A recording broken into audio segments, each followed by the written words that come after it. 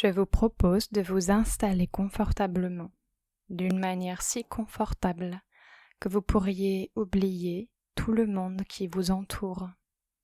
Un peu comme lorsque l'on plonge son regard dans un paysage au point d'être absorbé par l'objet de sa vision, comme si chaque détail, chaque couleur, chaque courbe méritait notre pleine et entière attention pour révéler sa beauté.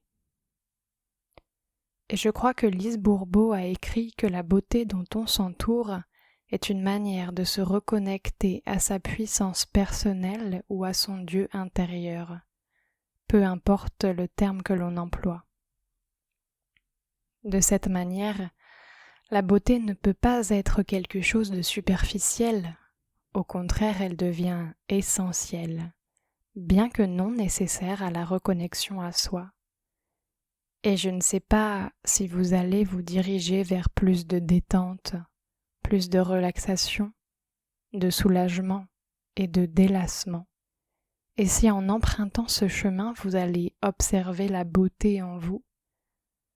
Ce que je sais, c'est que vous pouvez vous autoriser à voir la merveille que vous êtes à chaque instant. Vous pouvez ouvrir la porte de l'amour inconditionnel, comme on ouvre une fenêtre sur Google en un clic, d'une manière presque automatique, une fenêtre qui ouvre vers tous les possibles.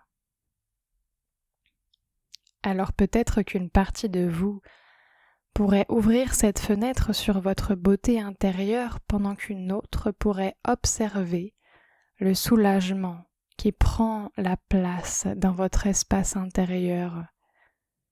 Comme une balade en Andalousie au mois d'avril, lorsque toute la beauté de la nature se révèle au regard du voyageur. Et peut-être que vous souhaiteriez être en vacances à cet instant, peut-être en Espagne ou ailleurs. Peut-être que vous aimeriez profiter de chaque minute de cette vie en vous en délectant. Et peut-être que vous aimeriez porter ce regard d'amour inconditionnel sur vous. Vous n'êtes pas obligé de lâcher prise dès maintenant. Vous pouvez laisser se dissoudre les vieilles croyances selon lesquelles s'aimer serait égoïste. Vous pouvez vous aimer pour aimer encore mieux les autres, pour vous autoriser à déployer toutes les merveilleuses facettes de votre personnalité pour rendre ce monde plus beau. Et lorsque la fenêtre de l'ailleurs s'ouvre vers la délectation, le printemps arrive à notre porte. Le lâcher-prise dénoue la croyance qu'un autre meilleur existe lorsque tout se trouve déjà à l'intérieur de soi, en fermant les yeux. Alors vous pouvez amorcer cette randonnée intérieure en votre direction, celle de votre cœur, comme pour ouvrir les possibles et autoriser cet amour inconditionnel à votre rencontre. Je ne sais pas si cette histoire est réelle ou imaginaire. En réalité, ce n'est pas ce qui importe. Elle s'est déroulée non loin d'ici, il y a un certain temps. Une mère, un père et leur bébé étaient attablés à la table du petit déjeuner. Un matin, comme bien d'autres. Soudain, le père se mit à léviter. Son corps se souleva quelques centimètres au-dessus de sa chaise. Peut-être que vous pouvez imaginer la réaction qu'eut sa femme à cet instant. Elle fut surprise, elle eut peur et peut-être même qu'elle se mit à crier. Et pourriez-vous imaginer la réaction du bambin ? Il regarda son père avec attention et il se mit à rire en tapant ses mains. la maman et le bébé ne réagirent pas de la même manière, car ils n'avaient pas le même système de croyance. Pour la maman, léviter n'était pas une chose normale. C'était donc inquiétant. Alors que pour le bébé, chaque chose était nouvelle, il était sans cesse en observation, et son système de croyance était tout à fait flexible, en création. Dès lors qu'il observait quelque chose, celle-ci rentrait dans la case des possibles à ses yeux. Nous construisons notre système de croyance au fur et à mesure de notre vie, mais certaines croyances nous empêchent de déployer tout notre potentiel. Comment réagiriez-vous si une personne vous disait que vous êtes capable d'accéder à toutes les compétences, à toutes les connaissances, autant que vous le souhaitez, que vous pouvez réaliser tous les projets que vous imaginez? Est-ce que ce serait facile pour vous de le croire? Est-ce que vous pourriez oublier les jugements négatifs à votre encontre, les limitations? Est-ce qu'il vous serait possible de croire que le meilleur peut advenir pour vous dès maintenant? Vous avez le droit de vous aimer au point de souhaiter la meilleure vie pour vous-même. Vous avez le droit de réaliser les choses les plus belles, les plus ambitieuses. Et vous avez aussi le droit de vous aimer dans l'inaction, ici et maintenant. Il n'est pas question de mesurer la quantité d'amour que l'on déverse sur soi. Il est question de se dire un grand oui. Oui, je m'aime tel que je suis. Oui, je m'autorise à briller. Oui, je m'autorise à voir tous mes possibles. Oui, je suis une merveille, quelles que soient mes réalisations.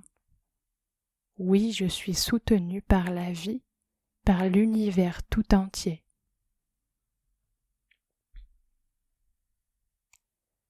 Connaissez-vous le film The Truman Show avec Jim Carrey? C'est l'histoire d'un homme qui vit dans une émission de télévision depuis toujours, sans le savoir. Les personnes qui l'entourent et qui font partie de sa vie sont des acteurs. Et il est filmé, observé en permanence par les téléspectateurs. Cette histoire ne parle pas de ce film, mais de deux enfants, un frère et une sœur. Le frère proposa un jour à sa sœur de jouer à espionner les voisins à travers les feuillages du jardin. « Pourquoi veux-tu jouer à ça ?» avait demandé sa sœur. « Ça va être très ennuyeux de voir des gens dans leur jardin. On ne va rien voir de plus que ce que l'on sait déjà. Peut-être qu'ils sont différents dans leur jardin et en dehors de chez eux, » avait répondu le garçon. Il avait cette peur de temps en temps d'être au centre d'une immense pièce de théâtre, comme dans Truman Show, dans laquelle tous les gens qui l'entourent seraient des acteurs. C'est peut-être parce que lorsqu'il avait été beaucoup plus jeune, il avait eu l'impression, lui aussi, d'être observé et jugé par des yeux étrangers, et que cela lui avait fait vivre des émotions douloureuses. Et c'est vrai qu'il y a quelque chose d'effrayant avec cette idée d'être jugé en permanence, mais il semblerait que sans s'en rendre compte, par des mots tout à fait bien choisis, sa sœur avait réussi à rassurer cette partie de lui. Peut-être qu'ils sont différents, en effet. Lorsqu'ils sont dans leur boulangerie, ils jouent le rôle du boulanger et de la boulangère. Lorsqu'ils vont voter, ils jouent le rôle de citoyens. Lorsqu'ils sont en vacances, ils jouent le rôle de touristes. Lorsqu'ils vont chercher leurs enfants à l'école, ils jouent le rôle de parents. Lorsqu'ils vont au restaurant tous les deux, ils jouent le rôle d'amoureux. Lorsqu'ils sont dans leur jardin, ils jouent le rôle de celui ou celle qui cherche la tranquillité. Et toi, tu joues à être le meilleur petit frère, en tout cas la plupart du temps. Ces phrases avaient cheminé dans l'esprit de ce petit garçon et il s'était mis à regarder les gens d'un nouvel œil, comme s'il essayait de voir quel rôle jouait à cet instant précis ses parents, sa maîtresse, son voisin de classe. Et peut-être que parfois on cherche à coller absolument à la perfection à un rôle que l'on s'est inventé pour ne pas risquer de subir une intrusion comme dans le film The Truman Show, ou pour être aimé.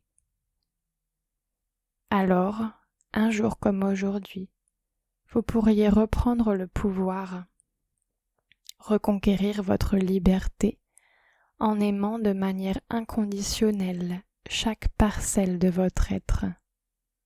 Vous pourriez guérir de la blessure d'intrusion et de la blessure de rejet. Votre âme a choisi une personnalité, un corps, une appartenance sociale pour s'incarner ici, mais vous êtes bien plus que tout cela, immensément plus.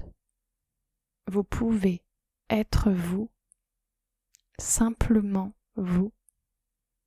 Vous pouvez vous libérer des projections des autres, de leurs attentes, du jugement, pour vivre votre vérité. Vous êtes quelqu'un d'extraordinaire et le monde a besoin de vous. Vous pouvez vous révéler, jouer, aimer, être libre. Vous pouvez découvrir toute votre beauté.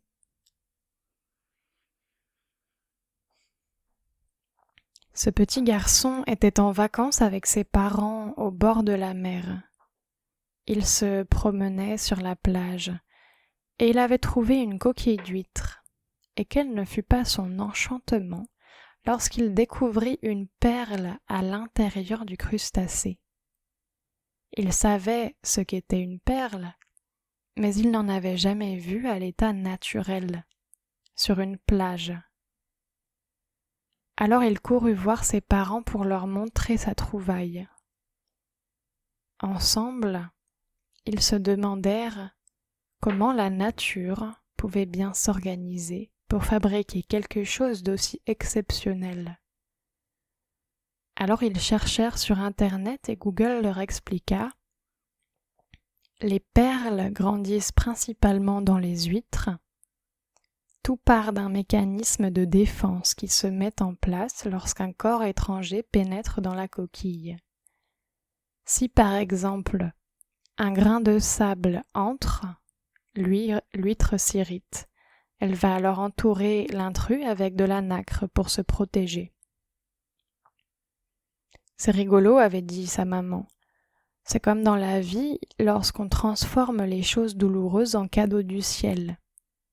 Parfois, on peut avoir vraiment une tuile, un truc pas cool, et puis on se rend compte 6 mois plus tard que grâce à cet événement, on a pu rencontrer une personne qui nous a parlé de quelque chose qui a rendu notre vie plus intéressante.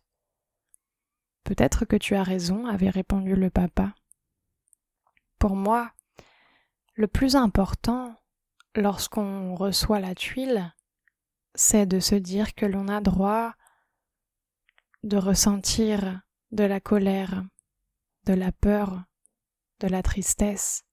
On a même le droit de ressentir de la culpabilité, car en se donnant le droit, on évite de se rejeter soi-même, on peut laisser les émotions nous traverser pour retrouver le calme et l'apaisement ensuite. En fait, c'est un acte d'amour envers soi-même. Oui, chérie, et on a aussi le droit de voir les gens qui nous aiment dans ces cas-là. Tout le temps, en fait, avait ajouté le papa. Mais il y a quelque chose que je ne comprends pas avec vous les adultes. Pourquoi est-ce que vous pensez qu'il faut qu'il nous arrive un truc moche pour ensuite avoir un cadeau de la vie?